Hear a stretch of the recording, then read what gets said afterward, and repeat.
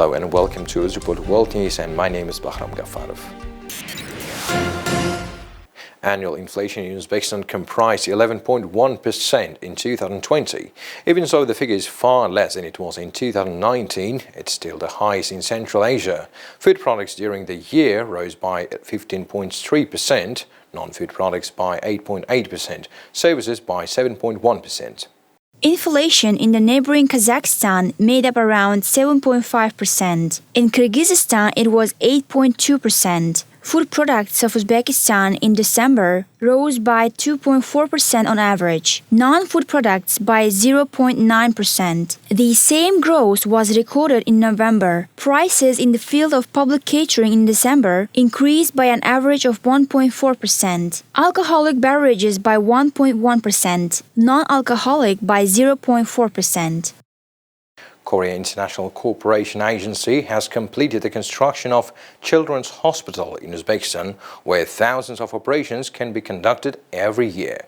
KOICA, the foreign aid arm of the Foreign Ministry, said the National Children's Medical Center in the capital of Uzbekistan has recently been constructed as an international development project supported by Team Korea.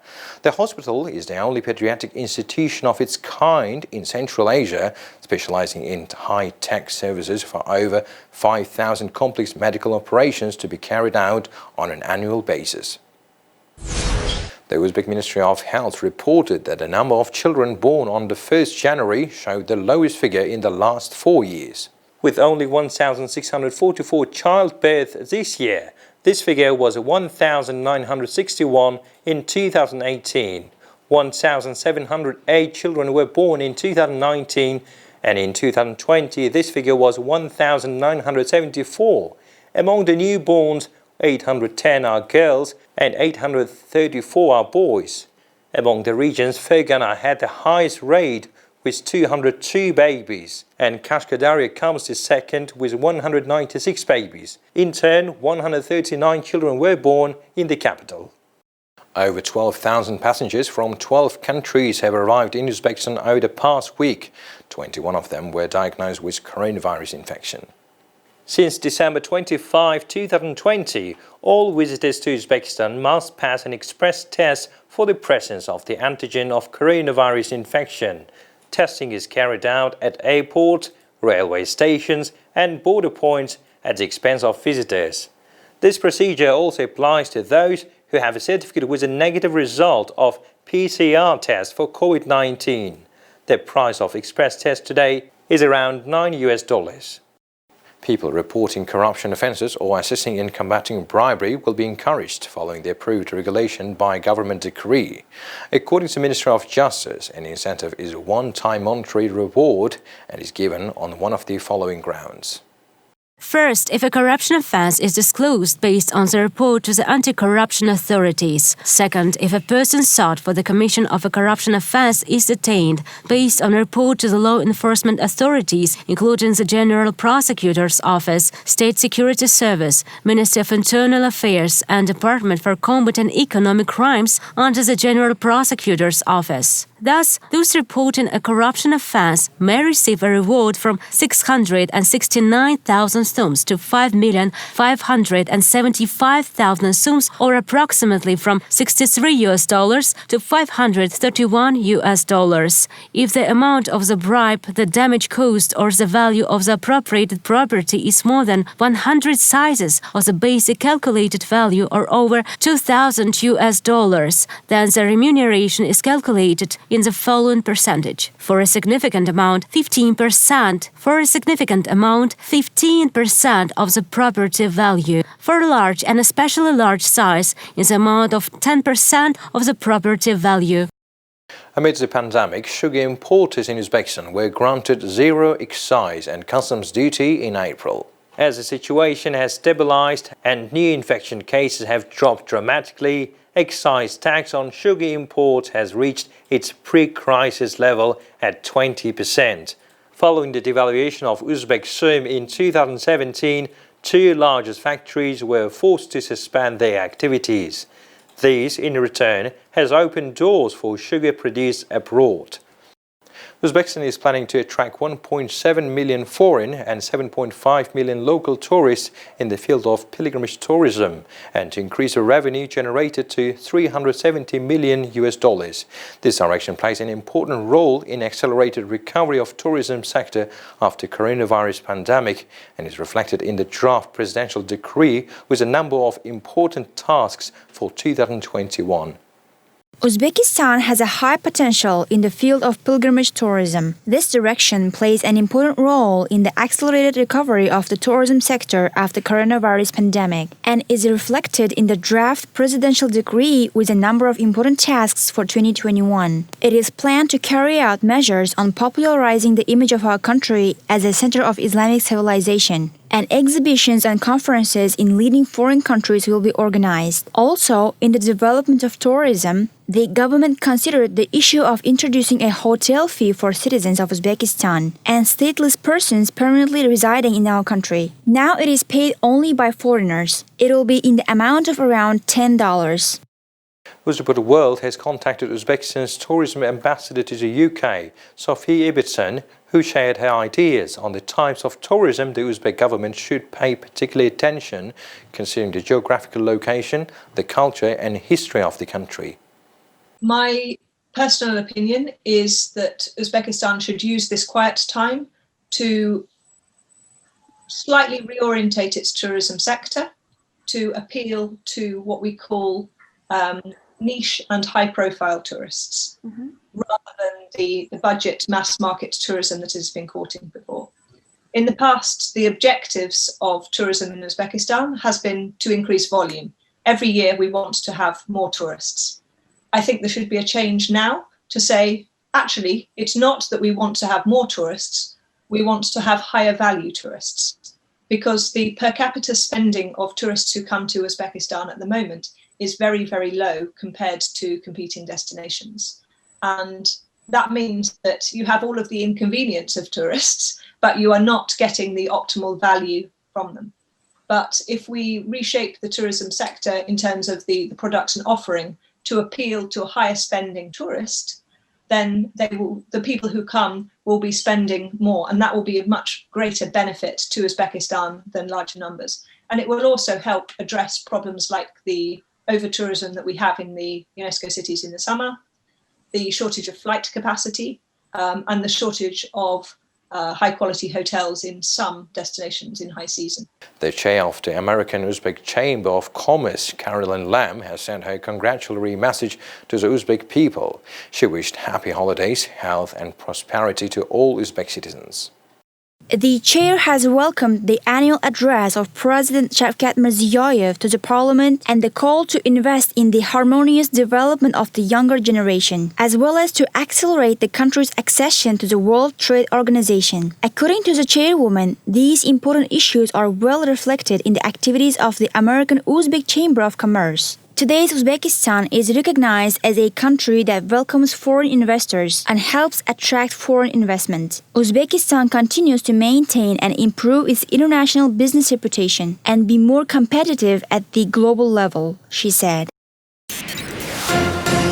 The U.S. government is considering giving some people half the dose of Moderna's COVID-19 vaccine in order to speed vaccinations, a federal official said on Sunday. Monsef Slawi, head of Operation Warp Speed, the federal vaccine program, said on CBS's Face the Nation that officials were in talks with Moderna and the Food and Drug Administration about the idea. Moderna's vaccine requires 2 injections. That would mean people aged 18 to 55 would receive half the current quantity in each of the first and second doses. Slawi said, quote, "We know it induces identical immune response," noting that ultimately it would be up to the FDA to make such a decision. Moderna and the FDA could not immediately be reached for comment. The U.S. Centers for Disease Control and Prevention said it had administered more than 4 million first doses of COVID-19 vaccines in the country as of Saturday morning and distributed over 13 million doses. The U.S. has also approved a vaccine from Pfizer, which, like Moderna's, requires 2 shots. Vaccinations have fallen short of early targets, as officials had hoped to have 20 million people vaccinated by the end of 2020.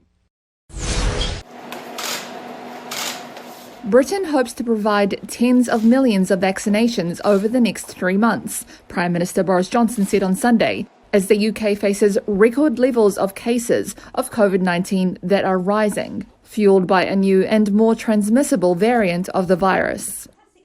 That's forced Johnson's government to cancel the planned reopening of schools in and around the capital of London, and there are calls from teaching unions for wider closures. But speaking on the BBC's Andrew Marr show, the Prime Minister urged parents to send their children to schools in areas where rules allow it. Schools are safe. Very, very important to stress that. The threat to the risk to kids, to young people is really very, very, very small indeed, as the scientists continually attest. The risk to staff is very small. Johnson said the UK will have 530,000 doses of the Oxford AstraZeneca COVID-19 vaccine ready to administer on Monday. But he also warned that the government might need to consider tightening lockdown restrictions. He declined to give examples of what that might look like. Many parts of the country. I'm fully reconciled to that. Britain recorded 57,725 new cases of the virus on Saturday. And with more than 74,000 deaths so far during the pandemic, the government's response has been heavily criticised. Top U.S. infectious disease expert Dr. Anthony Fauci on Sunday disputed a claim by President Donald Trump that federal data on COVID-19 cases and deaths in the U.S. is over-exaggerated after Trump in a tweet attacked the CDC's tabulation method. Fauci on ABC's This Week said of coronavirus data released by the CDC that, quote, the deaths are real deaths. He added that jam-packed hospitals and stressed-out healthcare workers are not fake, that's real. The CDC on Sunday reported there were 349,246 deaths from the new coronavirus as of Saturday, a rise of 2,321 deaths from a day before. Trump on Sunday fired off this tweet: the number of cases and deaths of the China virus is far exaggerated in the United States because of the CDC's ridiculous method of determination compared to other countries, many of whom report purposely, very inaccurately, and low. Trump then took aim at Fauci in a subsequent tweet that read, quote, something how Dr. Fauci is revered by the lamestream media as such a great professional, having done, they say, such an incredible job, yet he works for me and the Trump administration, and I am in no way given any credit for my work. Another top U.S. health official, Surgeon General Jerome Adams, on CNN on Sunday, also defended the CDC data. The Trump administration has been criticized for falling far short of its target of inoculating 20 million Americans by the end of December. Operation Warp Speed Chief Advisor Moncef Slaoui on CBS's Face the Nation on Sunday said, we need to improve. The recorded number of infections in the U.S. spiked to more than 20 million cases, the CDC said on Sunday. Niger's prime minister says a suspected militant attack over the weekend was one of the country's deadliest in recent memory. On Sunday, Prime Minister Birji Rafini says 100 people were killed in western villages the day before by what were believed to be Islamist fighters. This situation is simply horrible, committed by unidentified individuals, but investigations will be conducted so that this crime does not go unpunished. Security sources said civilians had been killed in 2 simultaneous raids on the same day. Rafini's Sunday visit to the zone attacked near the border with Mali was broadcast on national television. He did not say who was responsible, although Niger's western borders have been ravaged by Islamist extremism linked to al-Qaeda and the Islamic State. The violence is part of a wider security crisis in the western Sahel region, fueled by jihadist extremism and strife among ethnic communities for scarce resources. Tens of thousands of Iraqis gathered in central Baghdad on Sunday to mark the first anniversary of the US killing of top Iranian commander Qasem Soleimani and an Iraqi militia commander. They are chanting, "America is the devil." Soleimani, the head of Iran's Revolutionary Guards, was killed along with Abu Mahdi al-Mohandis last year in a US drone strike on his convoy at Baghdad airport, and many in the crowd want revenge. Resident Abu Ahmed says the crowd is calling on the Iraqi government to take a strong position and demand the punishment of those who killed our victorious leaders. The angry demonstration, a response to calls from an array of mostly Iran-backed militias known collectively as the Popular Mobilization Forces, comes at a time of increased tensions between Iran and the US in the last days of President Donald Trump's administration. Washington blames Iran-backed militias for regular rocket attacks on US facilities in Iraq. Last week, the US military flew 2 nuclear-capable B-52 bombers to the Middle East in a message of deterrence to Iran, though they have since left the region. On Saturday, Iranian Foreign Minister Mohammad Javad Zarif urged Trump not to be trapped by an alleged Israeli plan to provoke a war through attacks on US forces in Iraq. An Israeli official dismissed the accusation as nonsense and said it was Israel that needed to be on alert for possible Iranian strikes. Much of the world is waiting for vaccines to wind down the global health crisis in 2021. But for some South Koreans, it's a deadline to reshape their face and recover behind a mask. A face mask mandate in the country and working from home has fueled a boom for South Koreans' famous cosmetic surgery clinics. 20-year-old student Ru Han-na shelled out thousands of dollars to have her nose done in December. I thought it would be the best to get it done now before people start taking off their face masks when vaccines become available. Ru took her courses online throughout 2020. And while she still can, she wants to recuperate at home and go out in public without drawing attention. There will be bruises and swelling from the surgery, but since we will all be wearing face masks, I think that should help. South Korea is a world capital of plastic surgery, even during non-pandemic times. And industry data shows it was worth about $10 billion last year. But Ru's surgeon Pak Chul-woo says there's been a recent surge of interest.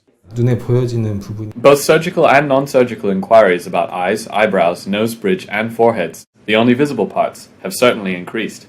And government data shows that over 10% of South Korea's emergency stimulus payments were spent in hospitals and pharmacies, just behind supermarkets and restaurants. Details of which hospitals and pharmacies weren't disclosed in that data. But another surgeon, Shin Sang-ho, told Reuters that people spending their stimulus boosted the recent revenue in his clinic in the glitzy district of Gangnam. I felt like it's sort of a revenge spending. I've sensed that customers were expressing their pent-up emotions by getting cosmetic procedures. This surgery boom may end up as a short-lived spark, however.